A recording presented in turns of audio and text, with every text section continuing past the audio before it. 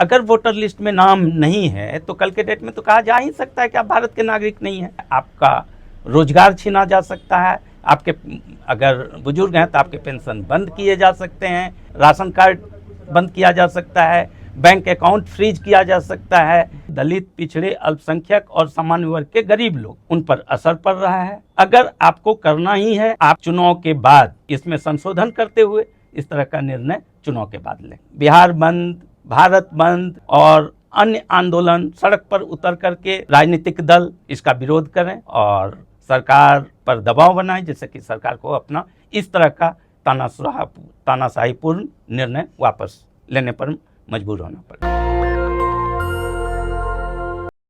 हमारे साथ इंजीनियर विनोद यादव हैं, पूर्णिया के जमदाहा के रहने वाले हैं और राज्य परिषद के सदस्य भी हैं। बिहार निर्वाचन आयोग के नया नोटिफिकेशन ने पूरे बिहार में हड़कंप मचा दिया है। पॉलिटिकल गलियारों में भी इस बात की चर्चा हो रही है और आम जन भी परेशानी की तरफ गुजर रहे हैं। नोटिफिकेशन और जानकारी ये दिया गया है कि जितने भी लोग हैं वो सभी अपने वोटर लिस्ट में नए तरीके से नाम को जुड़वा लें। और इसी विषय पे चर्चा करने के लिए हम विनोद यादव जी के साथ मौजूद हैं। तो सर, सबसे पहले आपका बहुत स्वागत एक्सपोज मीडिया। आपका भी स्वागत है। कह रहे सर, इस विषय को आप कैसे देख रहे हैं? नए तरीके से अचानक से बिहार इलेक्शन कमीशन का ये कह देना कि आप नया वोटर लिस्ट में नाम ऐड करवाइए, एक नए मुसीबत का न्योता देना नहीं है, और वो भी तब जब 2 महीने के अंदर आपका चुनाव होना है। निश्चित रूप से आपकी बात सही है और हम इसको इस रूप में देखते हैं कि जो बहुसंख्यक आबादी है, दलित, पिछड़े, अल्पसंख्यक, आदिवासी और इसके साथ साथ जो सामान्य वर्ग के गरीब लोग हैं, जो रोज़ कमाते हैं, खाते हैं। ऐसा नहीं है कि सामान्य वर्ग में गरीबी नहीं है। गरीबी एक हॉरिजॉन्टल फिनोमेना है जो कि हर वर्ग में पाए जाते हैं। तो उन लोगों के लिए भी ये समस्या है और उन लोगों के साथ ये अन्याय है। मैं इन चीज़ों को इस रूप में देखता हूँ।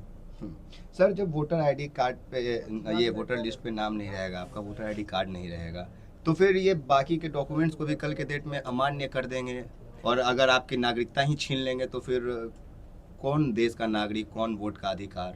निश्चित रूप से ये शंका तो है ही है। क्या कि चुनाव आयोग का ही एक स्टेटमेंट है कि भाई वोटर लिस्ट में नाम होने का 2 ही कारण है। या तो आप पहला तो शर्त ये है कि आप भारत के नागरिक हों, और दूसरी शर्त है कि आपकी उम्र 18 वर्ष से अधिक हो। तो अगर वोटर लिस्ट में नाम नहीं है तो कल के डेट में तो कहा जा ही सकता है कि आप भारत के नागरिक नहीं हैं। और अगर आप भारत के नागरिक नहीं हैं तो भारत सरकार की किसी भी योजना कि आप हकदार नहीं हैं। आपका हर चीज़ बंद किया जा सकता है, आपका रोजगार छीना जा सकता है, आपके अगर बुजुर्ग हैं तो आपके पेंशन बंद किए जा सकते हैं, आपका जो राशन मिलता है, राशन कार्ड बंद किया जा सकता है, बैंक अकाउंट फ्रीज किया जा सकता है, आपके मूवमेंट पे रोक लगाया जा सकता है। आपका जब भारत के नागरिक नहीं हैं, आपका जो रोड पर चलने के लिए आजकल तो गाड़ी निकालिए तो टैक्स दीजिए सरकार को, गाड़ी लेके रोड पे आइए, रोड पे चलिए तो रोड पर का टैक्स दीजिए। आपका सारा जितनी सुविधा का आप उपभोग करते हैं, भारत के नागरिक नहीं है, आप किसी भी सुविधा का उपभोग नहीं कर पाएंगे। आप हॉस्पिटल में नहीं दिखा सकते हैं, रोड पर चलना थोड़े दिनों के बाद बंद कर, क्योंकि आपका उसका जो पैसा कटता है, टोल कटता है तो आप उसके लिए फास्टैग लगाते हैं। फास्टैग बैंक से लिंक है, बैंक, चूंकि आप भारत के नागरिक नहीं है तो आपका बैंक खाता फ्रीज है, बैंक खाता फ्रीज है तो फास्टैग फ्रीज है, फास्टैग फ्रीज है तो आप रोड पर टोल क्रॉस नहीं कर सकते हैं, रोड पर चलना आपका दुभर कर दिया जाएगा। याद है एक बार मुख्यमंत्री लालू यादव मुख्यमंत्री थे, उनके हेलीकॉप्टर को मुख्यमंत्री रहते हुए रांची एयरपोर्ट पे नहीं उतरने दिया गया था, या उनके लिखा हुआ है उनके बुक में। तो आप कैसे उम्मीद कर सकते हैं कि आपको रोड पर, आप भारत के नागरिक नहीं हैं, रोड पर चलने के लिए दिया जाएगा? आप 1920 वगैरह के आसपास रोड टैक्स लगता था कि त्रावणकोर के महाराज के द्वारा रोड पर चलना मना कर दिया गया था, जिसके लिए खुद स्वामी विवेकानंद जी ने वहाँ पर अनशन किया था। उसके बाद भी नहीं सुनी गई। वो तो अंग्रेजों की सरकार थी, वहाँ कोर्ट में जब मैटर गया तो कोर्ट ने निर्णय दिया कि नहीं, इन लोगों को भी राजपथ पर नहीं लेकिन सामान्य रोड पर चलने का अधिकार मिलेगा। तो उसके बाद वहाँ की राजा ने, त्रावणकोर के राजा ने क्या किया, सारे रोड को ही राजपथ घोषित कर दिया। तो ये तो मान लीजिए शंकाएं तो चूंकि भूतकाल में हो चुकी हैं, इसलिए भविष्य में यह शंका बनी हुई है। तो अगर हम भारत के नागरिक नहीं है तो आप सारी चीजों से जो मूलभूत जीने के लिए मूलभूत आवश्यकताएं हैं उन पर भी आप रोक लगा सकते हैं, ये मेरी शंका है। सर, आप भी राजनीति में बहुत सक्रिय हैं, ग्रामीण क्षेत्र ये जमदाहा में आप बहुत प्रयासरत हैं कि अगर जनता वहाँ का आपको उम्मीदवार के तौर पे देखे, तो अगर ऐसे में एकदम साफ साफ बोल रहे हैं, अगर मान लीजिए आप उम्मीदवार होते हैं, आप चुनाव लड़ने वाले होते, आप चुनाव की तैयारी कर रहे होते और अभी इलेक्शन कमीशन का नोटिफिकेशन आ जाता, आप कैसे इस चीज़ को डील करते हैं?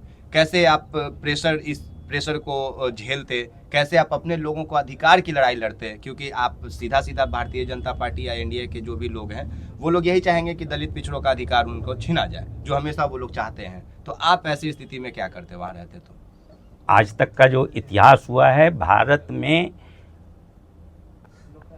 आज़ादी के बाद 74 के आंदोलन के बाद कोई बड़ा आंदोलन नहीं हुआ है, और हम चाहेंगे कि सब लोग मिल करके एक आंदोलन चलाएं, सरकार पर दबाव बनाएं, जिससे कि इस तरह का तानाशाही वाला जो डिसीजन है, तानाशाही वाला जो निर्णय है सरकार का, उसको वापस लेने पर मजबूर हो सके।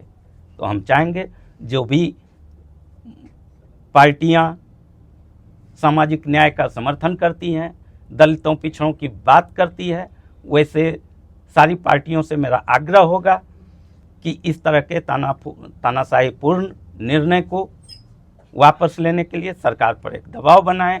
जो हम दलितों, पिछड़ों, अल्पसंख्यकों की बात करते हैं लेकिन राजनीतिक रूप से एनडीए के पक्ष में है, मैं उनसे भी आग्रह करूंगा कि चूंकि ये गरीबों की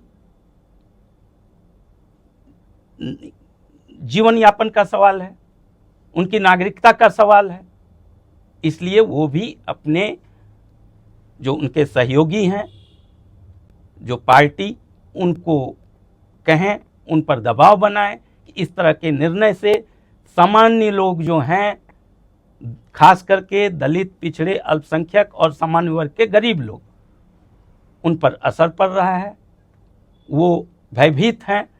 अगर आपको करना ही है तो आप चुनाव के बाद आप पूरे देश लेवल पर आप इसमें संशोधन करते हुए इस तरह का निर्णय चुनाव के बाद लें। 9 तारीख को जो बिहार के विपक्ष की जो पार्टियां 9 तारीख को बिहार बंद का ऐलान किया, आप उनका समर्थन करते हैं? निश्चित रूप से समर्थन करते हैं, और हम चाहेंगे कि बिहार बंद, भारत बंद और अन्य आंदोलन, सड़क पर उतर करके